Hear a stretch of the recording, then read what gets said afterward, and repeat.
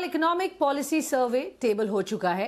2022 FY की बात हम कर रहे हैं और बहुत इंपॉर्टेंट बात यहाँ कही गई है, वो ये कि वी शेप्ड रिकवरी इकोनॉमी देखेगी FY 2022 में। इनफैक्ट जिसने ये सबसे पहले कहा था हमारे इंटरव्यू पर भी, उनके साथ मैं इस वक्त बैठी हूँ, the man of the moment, जी हाँ, the chief economic adviser of India, mister KV Subramanian. Actually, Professor Subramanian is how you are known. Thank you very much, Professor, हमारे साथ बात करने के लिए। Thank you. और आपकी ज़बरदस्त रिपोर्ट पढ़ी हमने और देखी, बड़ी पैशनेट है एज ऑलवेज, जैसा आप उसमें जिस तरह से आपने एलैबोरेट करके बताया। पहले तो जो सबसे इम्पॉर्टेंट बात आपने कही है ऑफ वी शेप्ड रिकवरी, ये सुनकर लोग बहुत कॉन्फिडेंस फील कर रहे हैं कि भाई अगर ऐसी रिकवरी की बात करें इंडिया के लिए फॉर FY 22, उसकी बेसिस क्या? आपने पहले भी कहा था, अब आप जो इसको कौन से सेक्टर्स हैं जो इसमें कंट्रीब्यूट करेंगे इन अ बिग वे, और कहाँ कौन सी पॉकेट्स हैं जो अभी भी चैलेंजिंग दिखेंगे?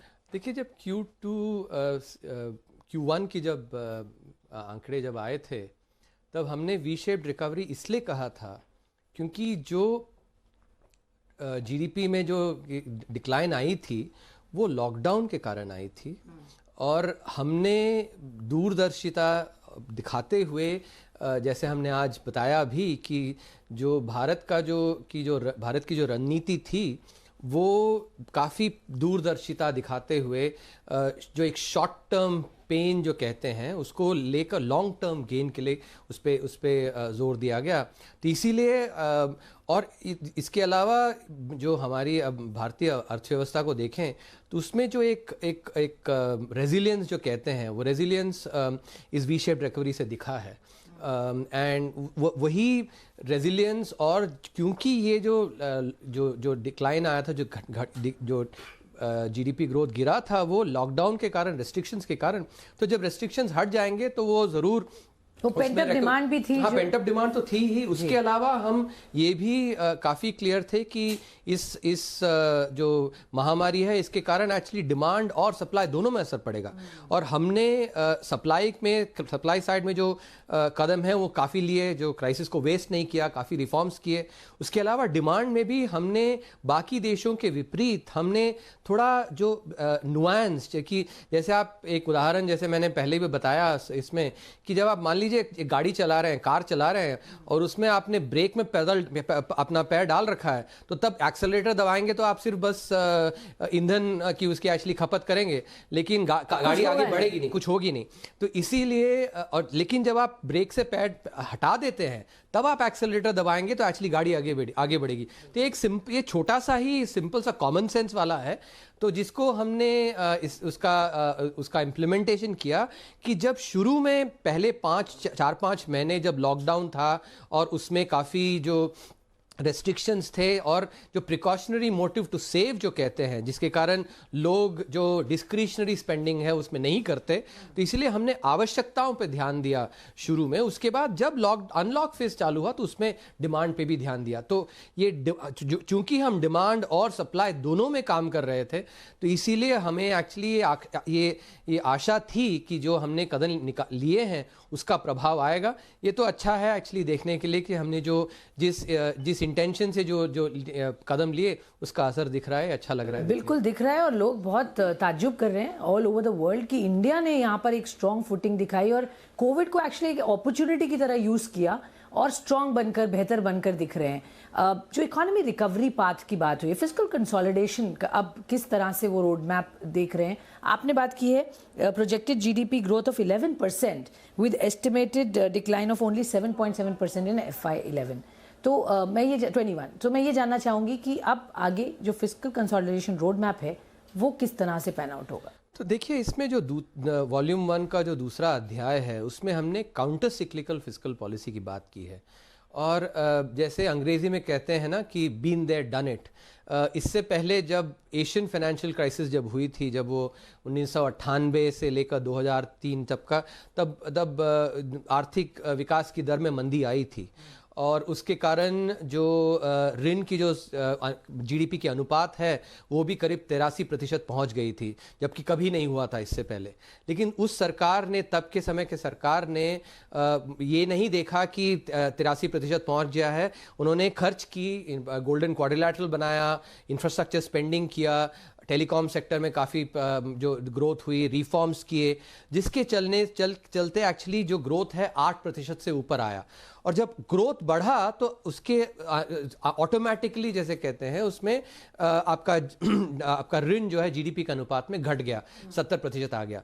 तो चूंकि हमने ये पहले एहसास किया है, ऐसा हमने अनुभव किया है, तो वही सीख लेकर दोबारा वही करना है कि अभी जो है खर्च करें, क्योंकि जो काउंटर सिक्लिकल फिस्कल पॉलिसी इसीलिए कहते हैं कि किसी भी अर्थव्यवस्था में उतार चढ़ाव होती है, और जब काउंटर सिक्लिकल फिस्कल पॉलिसी होती है तो उस जो उतार चढ़ाव है उसकी जो मैग्नीट्यूड है वो कम हो जाती है, उतनी ज़्यादा तीव्र नहीं होती, और वो इसीलिए काउंटर सिक्लिकल फिस्कल पॉलिसी जो है बहुत महत्व रखता है। तो वही हमने एक्चुअली उसका सुझाव दिया है सरकार को इस आर्थिक सर्वे। एक क्वेश्चन ऑलवेज होता है, जब आप ग्रोथ की तरफ ध्यान देते हैं तब इन्फ्लेशन का एक डर हमेशा रहता है, और वो एक कहीं ना कहीं हद तक अब बात वापस से उठ रही है कि वहाँ हमें अभी ध्यान देना पड़ेगा। आप कैसे उसको? ये एक बहुत अच्छा सवाल आपने पूछा है। इसीलिए हमने जो है सिर्फ डिमांड पे ध्यान नहीं दिया, डिमांड और सप्लाई, क्योंकि ये जो है आप जैसे हम इकोनॉमिक्स बोलते हैं इकॉन 101, माने ये नहीं, पहला जो कोर्स आप पढ़ते हैं इकोनॉमिक्स में सप्लाई और डिमांड। मान लीजिए यदि आपका डिमांड बढ़ रहा है लेकिन सप्लाई वैसे का वैसा है, तो फिर जो है दाम बढ़ेगा, और दाम बढ़ेगा तो इन्फ्लेशन भी उसमें वृद्धि होगी। तो इसीलिए सप्लाई, और इसके अलावा कोविड के कारण चूंकि लेबर मार्केट्स में असर पड़ सकते थे, कंपनियों में थोड़ी दिक्कतें आ सकती थी, तो इसलिए सप्लाई बढ़ने के बजाय कम भी हो सकती थी। तो इसी को ध्यान में रखते हुए हमने सप्लाई साइड पे भी ध्यान दिया, ना कि सिर्फ डिमांड साइड पे, और ताकि इन्फ्लेशन की देन वो दिक्कत उस हिसाब से तो जो सप्लाई है वो थोड़ा समय लगता है बढ़ने के लिए, और जो अभी दिसंबर माह तक जो इन्फ्लेशन बढ़ी वो आपके फूड प्राइसेस के कारण बढ़ी। और फूड इकोनॉमी में जो आप देखते हैं वहाँ पे काफ़ी स्टोरेज वगैरह नहीं है, और सप्लाई जो है जिसके कारण वेस्टेज काफ़ी होता है, स्पेशली जब आप लॉकडाउन होता है तो रात को मान लीजिए आपका जो आलू प्याज वगैरह की जो ट्रक होती हैं, यदि वो चल नहीं पाती हैं तो वो सड़ जाते हैं, और सड़ने के कारण सप्लाई जो घट जाती है तो उससे दाम बढ़ते हैं। तो सप्लाई साइड पे उस पे भी ध्यान देना है। तो फूड इन्फ्लेशन से शुरू होकर उसके बाद फिर पूरा सीपीआई इन्फ्लेशन में भी आया, तो इसीलिए हमने दोबारा उसमें सप्लाई साइड रिफॉर्म्स में ध्यान दिया। इसमें जो एग्रीकल्चर रिफॉर्म्स हैं बहुत इंपॉर्टेंट है, क्योंकि फूड इकोनॉमी जो है उसमें सप्लाई साइड में काफ़ी अभी भी रुकावटें हैं। तो जो रिफॉर्म्स जब होंगी तो उससे सप्लाई साइड में अच्छी एक वृद्धि आएगी, जिससे फूड इन्फ्लेशन नहीं बढ़ेगी, और फूड इन्फ्लेशन नहीं बढ़ेगी तो आपकी वही सबसे बड़ी बास्केट है, बास्केट में सबसे असर पड़ता है। तो इसीलिए ये जो कदम लिए गए सप्लाई साइड के बहुत अहम है। ओके, तो यहाँ पर जो रिफॉर्म्स या कदम लिए गए हैं फूड के जो एक उसकी मैनेजमेंट है फूड सप्लाई की, वहाँ इम्प्रूवमेंट की ज़रूरत है, और वो आपने सुझाव दिए हैं। एक और सवाल, अगर हम कहें 2020 या FY21, तो बिल्कुल एक ही चीज़ ने जो लाइमलाइट लिया है वो है कोविड, और आपने भी अपने सर्वे में वही वॉरियर्स को समर्पित किया है। तो मैं आपसे जानना चाहती हूँ हेल्थ केयर, बिकॉज इस दौरान हमने ये तो समझा कि हेल्थ केयर की जो इम्पोर्टेंस है वो भारत अब तक नहीं दे रहा था, और अब देने की बहुत ज़्यादा आवश्यकता है। तो कहाँ और कैसे हम हेल्थ केयर पर फोकस देखेंगे? तो एक जो हमने बताया है कि जब सरकार की जो खर्च होती है हेल्थ केयर में, और इसमें ये ध्यान देना काफ़ी आवश्यक है कि हेल्थ जो है एक स्टेट का मुद्दा है, तो स्टेट की स्पेंडिंग ज़्यादा मायने रखती है। लेकिन स्टेट और सेंटर मिला के जब आयुष्मान भारत, क्योंकि एक बहुत बड़ा एक कदम है, मिला के यदि भारत की जो हेल्थ केयर की स्पेंडिंग है 2.5% GDP की हो जाए, तो जो आज के तारीख में 100 रुपये खर्च होती है उसमें 60 रुपये करीब एक हाउस होल्ड या एक परिवार अपनी निजी जेब से खर्च करता है। तो वो 60 रुपए 100 में से करीब 30 तक आ जाएंगे, तो जिससे बहुत परिवारों को फायदा होगा। जैसे मैंने प्रेजेंटेशन में भी कहा, 3 इडियट की जो मूवी है, राजू की परिवार, ऐसे परिवार काफ़ी हैं देश में जिनको बहुत लाभ होगा। तो ये एक बहुत अहम मुद्दा। दूसरा, जो ये करीब 50 साल से अर्थशास्त्री जैसे केनेथ एरो हैं, जिनको नोबेल प्राइज़ भी दिया गया, उन्होंने बताया है कि हेल्थ केयर में जो है एसिमेट्रिक इंफॉर्मेशन जो कहते हैं, इसका मतलब कि जो जानकारी होती है, जानकारी में थोड़ा में फ़र्क होता है। तो जब एक मरीज जाता है तो डॉक्टर को ही पता है, मरीज को नहीं पता। हाँ, तो ये एसिमेट्रिक इंफॉर्मेशन जो है मार्केट फेलियर्स जैसे कहते हैं अर्थशास्त्र में, इसका मतलब है कि सिर्फ आप फ्री मार्केट छोड़ दें तो वो शायद उतना अच्छा काम ना करे। तो इसीलिए 50 साल से इकोनॉमिक्स रिसर्च में इसमें बताया गया है कि इसमें रेगुलेशन की ज़रूरत है। तो ये भी हमने बताया है, क्योंकि करीब करीब 60-65% जो हेल्थ केयर की जो एक्टिविटी है वो हमारे प्राइवेट सेक्टर में होती है।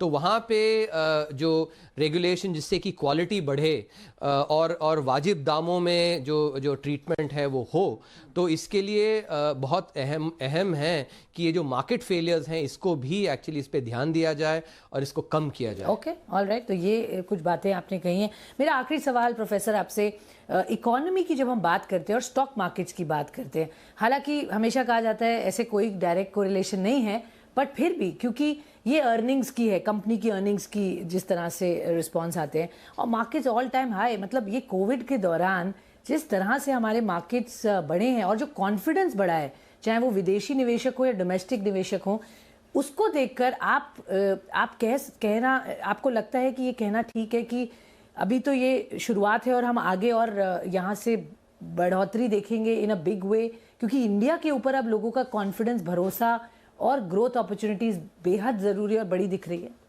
ये ज़रूर आपने सही कहा कि यदि आप देखें बड़ी जो इकोनॉमीज़ हैं, उसमें बड़ी इकोनॉमी में पिछले या अगले 10 सालों में 6, 6.5, 7% या उससे भी अधिक हो सकता है, 8% तक की का औसताना जो विकास दर है, ये भारत शायद एकमात्र ऐसा इकोनॉमी है जो ऐसी जीडीपी ग्रोथ का प्रॉमिस दे सकता है। और चूंकि भारत ने, जैसे हमने दर्शाया है इस साल के आर्थिक सर्वेक्षण में, कि भारत ने जो ये महामारी है इसको बहुत मैच्योर तरीके से हैंडल किया है। जो भी कदम लेने चाहिए थे, भले ही उसमें शॉर्ट टर्म पेन हो, उसको लिया है। और ये मैच्योरिटी को देख मुझे लगता है कि जो बाकी जो इन्वेस्टर्स हैं, ग्लोबल इन्वेस्टर्स हैं, वो देख रहे हैं कि एक पॉलिसी मेकिंग में एक मैच्योरिटी आ रही है, जिसके कारण आगे चल के भी अच्छा विकास दर बन सकता है। ये दूसरा मुद्दा ये भी ध्यान रखना है कि कुछ तो ये भी है कि लिक्विडिटी, ग्लोबल लिक्विडिटी काफ़ी है, पैसा का समुद्र बहुत विशाल बहाव में है। हाँ। तो और वो पैसा अच्छा रिटर्न ढूंढ रहा है, तो इसीलिए भारत में आया है। तो वो एक विषय है जिसको भी हम नकार नहीं सकते, उसको भी वहाँ पर हमें कॉशियस रहना बिल्कुल। तो ये ऑल राउंडेड हमें एक अप्रोच रखनी है और हर तरह से देखना है इस बात को। बहुत बहुत धन्यवाद प्रोफेसर हमसे बात करने के लिए, and wishing you all the best sir. Thank you very much. धन्यवाद।